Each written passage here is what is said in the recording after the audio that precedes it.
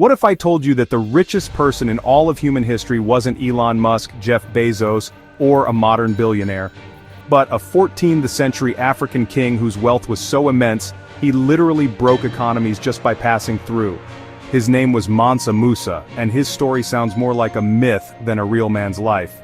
Mansa Musa was the emperor of Mali in the 14th century, a West African kingdom so rich in gold, culture, and power that it rivaled the great empires of Rome and Persia. He wasn't just wealthy. He defined what wealth meant.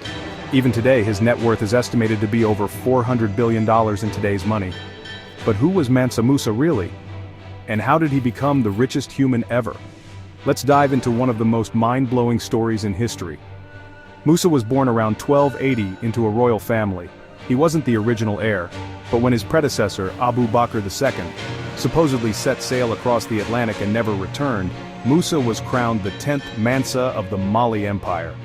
At the time, Mali controlled half of the world's known gold reserves. Think about that.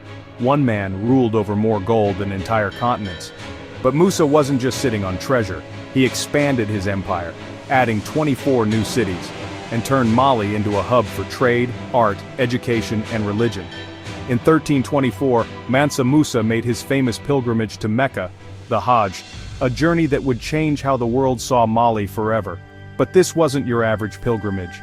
He took with him an entourage of 60,000 people, 12,000 slaves, hundreds of camels, tons of gold, literally tons.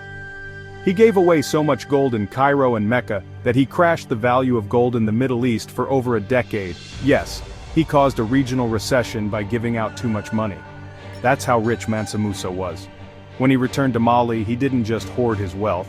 Mansa Musa invested in education, architecture, and religion. He built mosques, libraries, and schools. Most famously, he developed the legendary city of Timbuktu, turning it into one of the greatest centers of knowledge in the medieval world. He brought architects from across the Islamic world, including the famous Andalusian architect Al-Sahili, to reshape Mali with incredible structures. Knowledge and culture flowed into Mali just like gold did.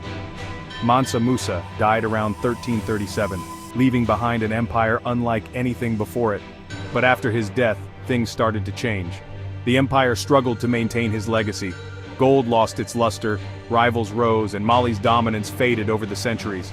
Yet the memory of his power and fortune never disappeared. Mansa Musa was so rich that map makers in Europe drew his face holding a golden orb on 14th century maps of Africa, even though they had never been there. But here's the question. Why is it that the richest man in human history, an African Muslim king, is still missing from most of our school textbooks? And what does that say about the way history is told?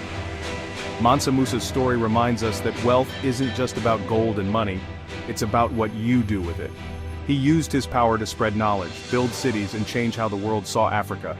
He didn't just buy influence, he built a legacy that still echoes today.